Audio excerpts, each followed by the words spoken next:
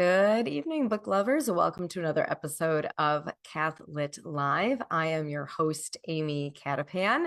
If you are new here on Cath-Lit Live, I bring you interviews with Catholic authors who have new books releasing, or sometimes, as is the case with today, books that are re-releasing. So today I am bringing you one of my longtime author buddies. She's fellow Italian-American, fellow Chicagoan. We've both written young adult and middle grade. She's kind of my partner in crime in the Chicago area when it comes to writing.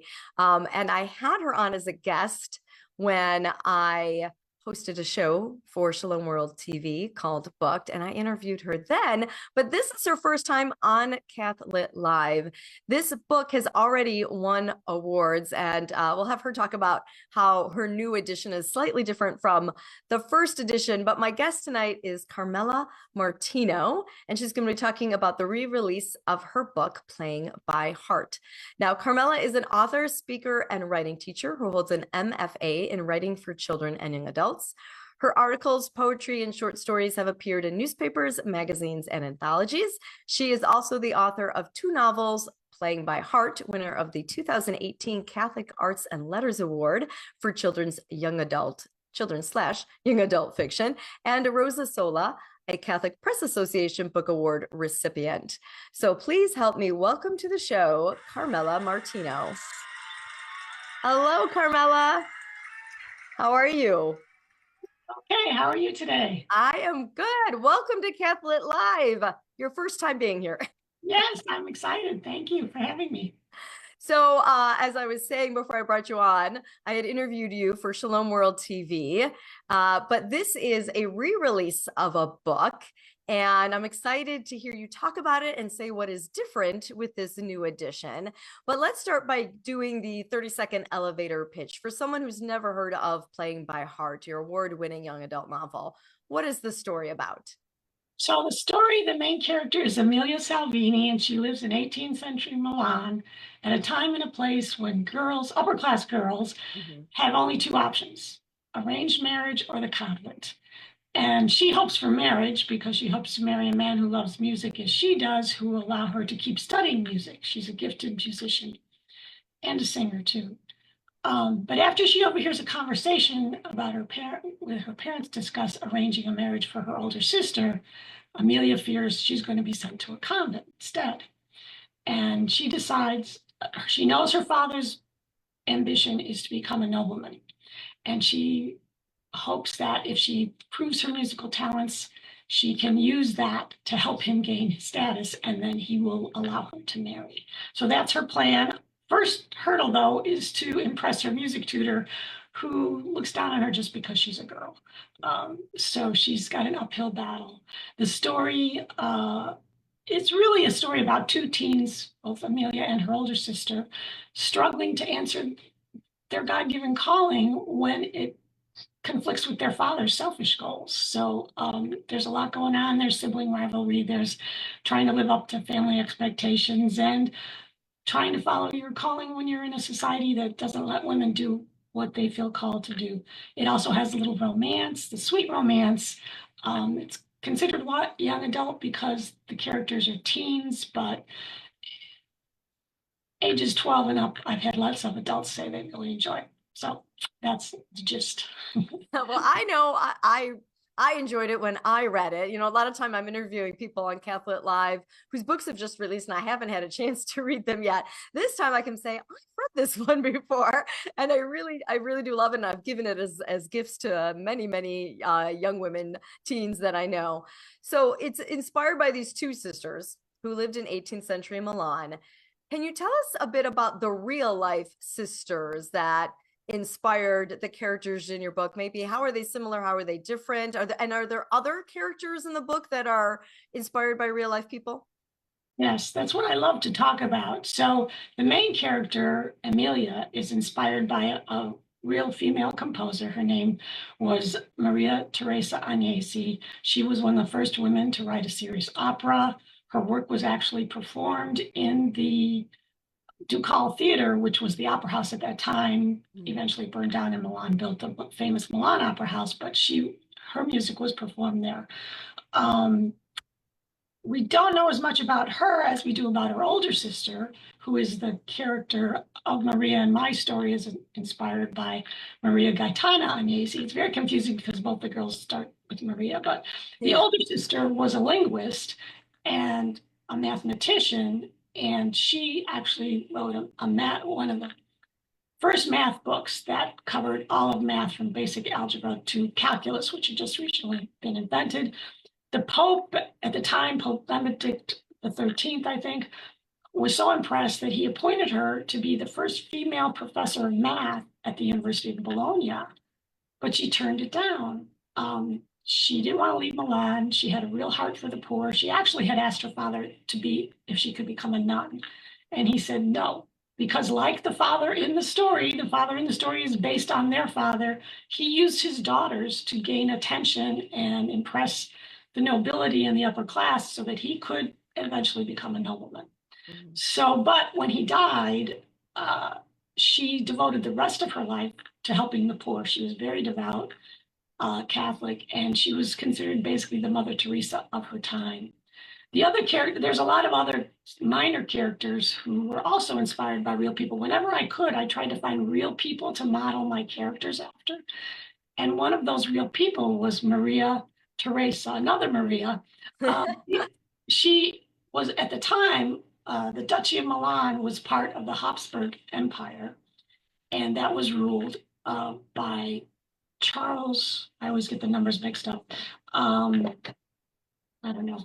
One of the Charles. One of the Charles. He was the emperor. He was the sixth. Charles the sixth was the emperor, but he had no male heirs. So he issued an edict that his daughter, Maria Teresa, would be his successor. So at the time when the story is set, she was an archduchess.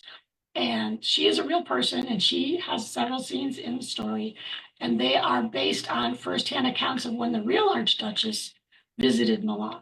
So, so those are some of the real characters. And I do have an author's note in the back that talks a little bit about that, about who the real story behind the story of the novel. Okay, so you mentioned you've got that like historical note at the back. What else do you have in this new version that's different? And I know you've talked about putting some discussion questions in there, and you have a teacher's guide available for download. Can we talk about those? Yes, so there's the new version. It's slightly different cover. I just changed the color and the font of just to distinguish it from the other cover, so you know you're getting the new version. The new version has intact inside of it book discussion questions. So as for book clubs or any kind of reading group that wants to have discussion, because I had a number of people tell me that it was a good novel for a group discussion. So I decided to create the questions and put them in the back. I was just trying to see how many I ended up with. So there's 10 sets of questions because each one is different parts to it. So I put that in the book itself. And then I also had gotten some feedback from teachers. There was even one, several teachers said it'd be good to use in the classroom because so much of it is historical, based on real people. There was even an Amazon reviewer who said she normally assigned her students to do research papers on people in history, and she said she was going to recommend they read the book and they could do the research then on sisters. So I created a separate teacher's guide. It's not in the published book, but people can download it from my website. And so in addition to what's in the book, it provides, research topics and other activities students can do related to the real people, places, and the music, because I reference some known compositions in the book as well. So I think there's plenty of material if teachers would like to use it in the classroom. They can easily go to my website. And to sort of inspire people to want to use the book for book discussions, now that the discussion questions are right in it, I've created what I'm calling a 25 books clubs challenge. I've seen other authors do this where they invite book groups or classrooms or homeschooling groups to read their book, and then if they do, they'll do a free virtual visit. So that's what I'm offering readers of book clubs or homeschooling groups or teachers. If you have your group read the book, I'm happy to come virtually to you and have some time to answer any questions, to talk about the research or the real sisters or what I learned while writing the novel. So I have a special page on my website I just created called Book Clubs. So if you go to my website, there's a page devoted. And even if you're not in a book club group, there's some extra like background material about the sisters. There's links to where you can. I didn't say before, I'm not sure I said before, when I talked about the real composer who inspired my character, for a while, well, a lot of her music has been lost, but the music they have, a lot of contemporary performers are starting to play that music and record it, and you can find it online. So I have links to some of those available on my website. So there's things like that on that book club's page for people who want to know more of the story. Yeah, great. And I could see like all sorts of different book clubs that might be interested in this, right?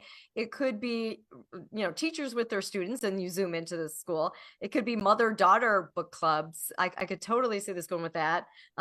People who love music, people who love history. I could see all sorts of people, and all the Italian culture as well. Italian American. I did Zoom with, when the book, not too long after it was out, a Catholic book club, a church parish book club that read the book.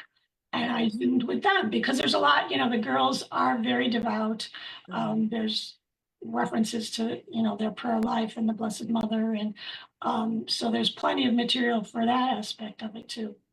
All right. Well, let's make sure everyone knows where to go to find out more information about you. So give us your website, and if you want to share any social media as well, if you have a favorite one for people to come and follow you, where can we find out more and get all this good information about Playing by Heart and the book club? So my website is carmelamartino.com. I assume you'll put that somewhere, but it's Carmela with one L, martino.com. And as I said, there's a book clubs page there all about the book club challenge. And I am on Instagram. I think I'm C Martino author on Instagram because I couldn't get Carmela Martino. I'm also on Facebook. I forget. Look for Carmela Martino or go to my website. All my social media links are on my website too. So if you want, and if they want to sign up for your newsletter, that's on your website too. That's on my website also. I do have a creativity newsletter that I send out 3 or 4 times a year. So I'm very interested in creativity in general and how to improve our creativity. So I usually put announcements about book related things and any speaking arrangements I have because I do sometimes teach writing workshops as a writing teacher. And then I always have a little short, I try to keep it short, creativity article to inspire creatives of any kind, writers, painters, musicians, whatever. So so that goes out 3 or 4 times a year. I won't pester you if you sign up for that. Right. That on my website as well. Neither you nor I are one of those like weekly newsletter people. It's just not happening with us. No, it's too time consuming. I try to put some content that people will want to read. So yeah. All right. Well, thank you so much for coming on, Carmela. It was great to have you on Cath-Lit Live finally. Thank you. It was my pleasure, Amy. All right. We're going to wave goodbye to Carmela. Okay. Bye. All right. Like I said, this is a book because this is a re-release of a previously published book. I did get to read the first edition, and I'm so excited that the second edition is now out there. As I said before, it won an award, and it's a really lovely tale and very engaging. So I hope that you will check it out if you haven't already. If you have read it, feel free to drop in the comments. If you're watching this on YouTube, let us know what you think. Or if you read her other book, Rosa Sola, which is kind of geared towards younger, it's more of a middle grade kind of a book. Let us know if you've read that one as well. And until next time, I'm just going to wish you all happy reading.